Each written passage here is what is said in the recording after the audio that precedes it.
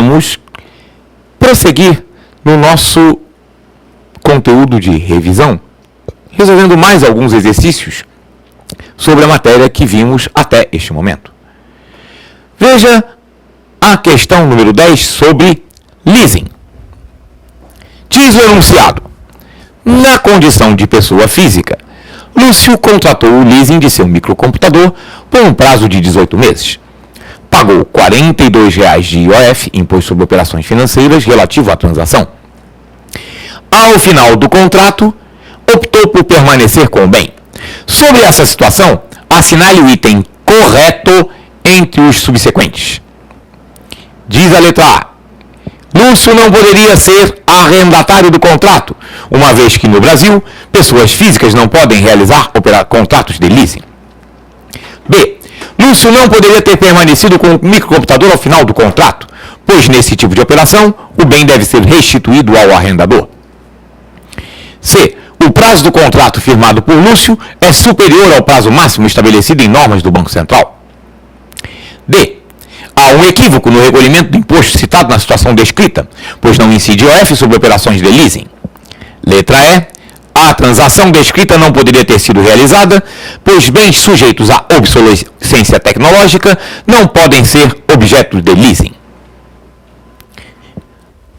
Analise as alternativas e faça a sua escolha. Qual opção correta? Qual alternativa você assinala? Já comentamos antes, mas relembro. Se no momento que eu disser resposta correta, você ainda não tiver resolvido a questão, pare o vídeo. Imprima o arquivo que está disponibilizado, resolva no seu ritmo e quando tiver assinalado, volte ao vídeo para ver a correção da questão. Qual alternativa você marcou na questão número 10? Resposta correta. Item B. Há realmente um equívoco no recolhimento do imposto citado na situação descrita porque não incide IOF sobre leasing. Vamos ver? Por que as demais alternativas estão erradas? A letra A está errada porque isso não é verdade. Existe leasing para a pessoa física. Os arrendatários podem ser tanto pessoas físicas quanto pessoas jurídicas. A arrendadora é que obrigatoriamente é uma pessoa jurídica e obrigatoriamente ou é um banco múltiplo com carteira de leasing ou uma sociedade de arrendamento mercantil. A letra B está errada porque o leasing é exatamente definido como o aluguel com opção de compra. Então dizer que ele não poderia ficar com o final e tem que devolver, isso seria um aluguel simples. E o leasing não é um aluguel simples. O leasing é um aluguel com opção de compra. Então dizer que tem que ser restituído está errado. A letra C está errada porque o prazo não é superior ao máximo. O prazo da operação realmente está errado. Vamos voltar aqui ao enunciado. Ele está dizendo que fez um prazo de leasing por 18 meses. Esse prazo está errado, mas não é porque ele é superior ao máximo, é porque ele é inferior ao mínimo. Vamos lembrar que no leasing financeiro e no leasing para a pessoa física, o prazo mínimo do arrendamento é de 24 meses para bens com vida útil inferior a 5 anos, como é o caso de um microcomputador. Então, o prazo de 18 meses está errado, mas ele não é superior ao máximo. Ele é inferior ao mínimo. E a letra E está errada, porque é uma bobagem dizer que bens sujeitos à obsolescência tecnológica não podem ser objeto de leasing. Pelo contrário, uma das grandes vantagens do leasing é exatamente a possibilidade de substituição do equipamento por um com tecnologia atualizada. É uma vantagem peculiar, especialmente para as empresas. Por exemplo, uma empresa que vai fazer uma grande partida de computadores e precisa de computadores sempre de última geração. Não é vantajoso para a empresa adquirir esses computadores, porque o computador fica obsoleto muito rápido. Então, ela pode, por exemplo, fazer um leasing e prever no próprio contrato do leasing a substituição do equipamento durante o prazo do contrato, com um reajuste nas contraprestações, se for o caso. Isso é possível de ser negociado entre arrendador e arrendatária. Então está totalmente errado dizer que não é possível leasing em bens que sujeitos à obsolescência tecnológica. Vamos agora resolver mais uma questão sobre garantias. A questão número 15 indaga o seguinte: o Banco Central veda a outorga de fiança bancária para que situação entre essas que estão descritas? Letra A, contrato de execução de obras adjudicadas por meio de concorrência pública. B, contrato de integralização de capital de pessoa jurídica. C, contrato de construção civil. D, operação ligada ao comércio exterior.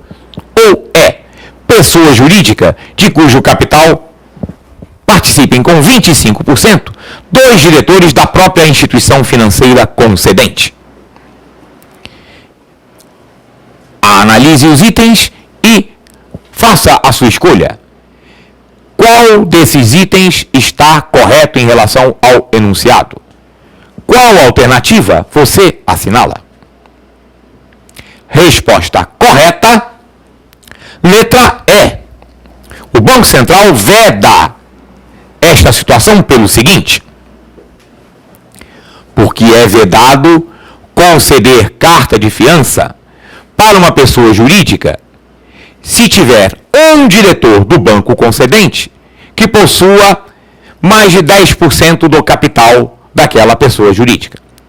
Ora, se dois diretores possuem 25%, significa que ou os dois possuem 12,5% cada um, que é mais de 10%, ou um tem mais do que isso e o outro tem menos. Mesmo que o outro tenha menos de 10%, o primeiro terá mais. Então, em qualquer hipótese, se dois diretores possuem 25% do capital da pessoa jurídica que está pleiteando aquela carta de fiança, com certeza, pelo menos um desses dois diretores terá mais de 10%. E isso é vedado. Por quê? Porque caracteriza conflito de interesse. O acionista que possui a partir de 10% do capital de uma empresa, de uma sociedade anônima, tem o direito garantido de indicar um membro no conselho de administração. Ou seja, ele influencia na gestão da empresa. Então, o diretor de um banco, que é acionista relevante de uma empresa, se o banco concede uma carta de fiança para essa empresa, esse diretor, na prática, estará dos dois lados da mesa ao mesmo tempo. Isso é conflito de interesse. Por isso, o Banco Central veda a concessão de carta de fiança nessas condições.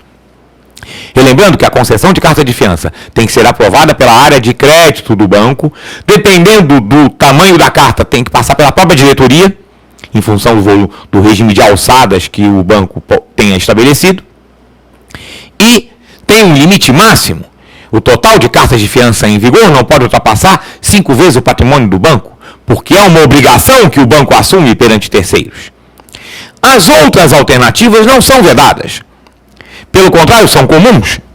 É muito comum a concessão de carta de fiança para garantir perante o órgão público contratante uma concorrência de execução de obras.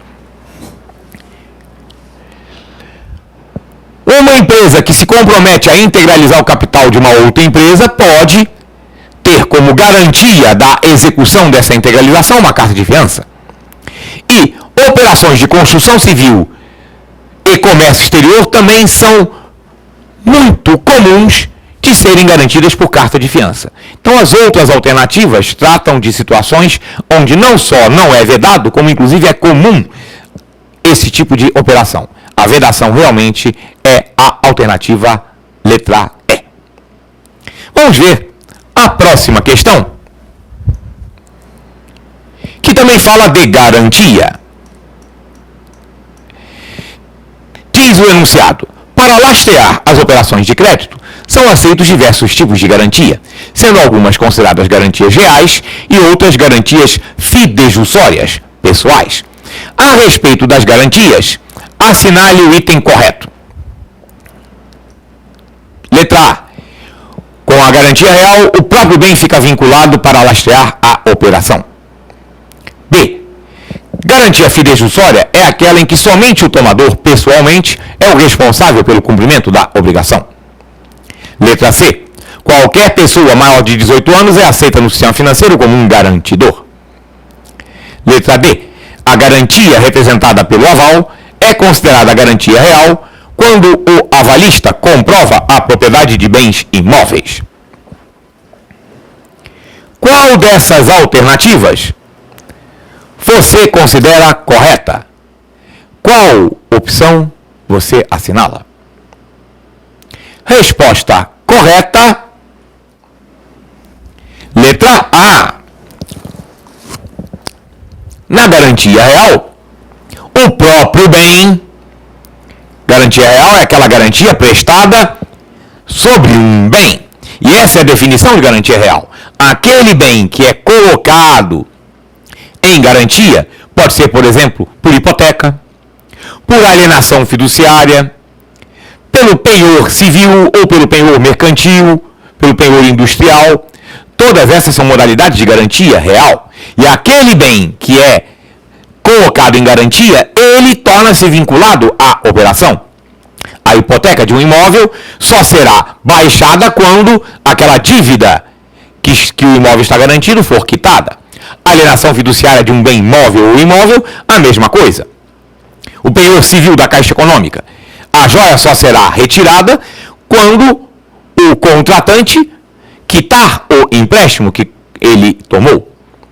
E o próprio bem é garantia daquela operação. Vamos ver por que as outras alternativas estão erradas. A letra B está errada porque o próprio tomador não é garantidor. Garantidor é um terceiro. Então dizer que a garantia fidejussória é aquela em que o próprio tomador é o responsável está errado, porque ele é sempre responsável pelo cumprimento de sua obrigação. Mas oferecer uma garantia pessoal significa uma terceira pessoa, que não é o tomador, comparecer no contrato ou no título de crédito. Se for no título de crédito, será um aval. Se for no contrato, será uma fiança. São as duas modalidades de garantia pessoal ou garantia fidejussória. E é um terceiro que está garantindo a obrigação que foi contraída pelo tomador, pelo devedor principal. Então dizer que é o próprio devedor principal que garante a sua obrigação está errado.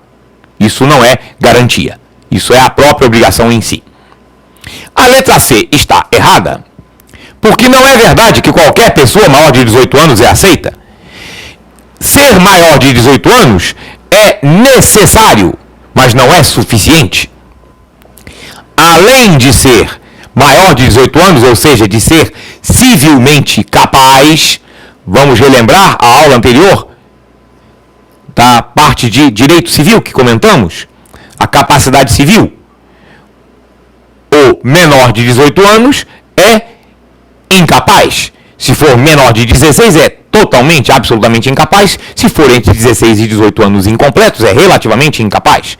Então, ser plenamente capaz é uma premissa, é uma necessidade, mas não é suficiente. Porque para ser um garantidor aceito no sistema financeiro, além de ser civilmente capaz de ter 18 anos, ele tem que ter renda própria, capaz de assumir aquela obrigação, e tem que ter nome limpo, tem que ter um cadastro que possa ser aprovado. Não pode ter restrição cadastral. Então dizer que basta ter 18 anos está errado. Ter 18 anos é necessário, porém não suficiente. E a letra E está errada, porque o aval é sempre uma garantia pessoal, assim como também a fiança.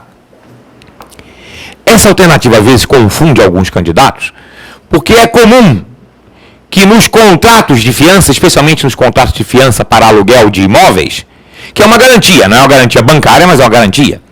E é comum que o proprietário do imóvel exija um fiador que seja proprietário de imóvel também.